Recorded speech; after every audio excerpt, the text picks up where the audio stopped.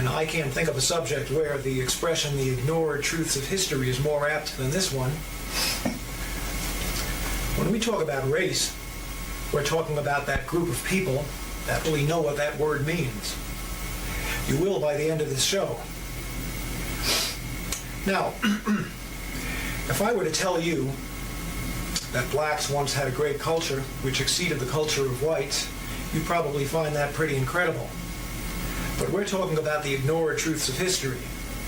Those of you who've been watching this show may perhaps recall that several weeks ago, we talked about the fact that most of the Jews alive in the world today may actually be descendants of Russian converts.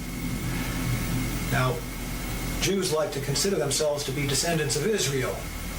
So the facts that Russia was once a Jewish nation for 500 years, in fact, and that most Jews who are alive today may be more closely descended from Attila the Hun than from King Solomon, these are facts which are just glaring facts, and it's incredible that such things could be ignored.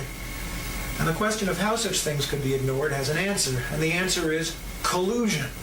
All the parties involved have silently agreed, even perhaps without ever talking to each other, they've silently agreed to just not discuss this subject.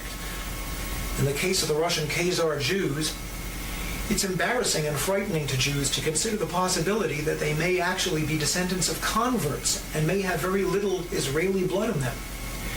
In the case of the Russians, it's a horrendous embarrassment to them to admit that for 500 years, in the Middle Ages, Russia was a Jewish nation.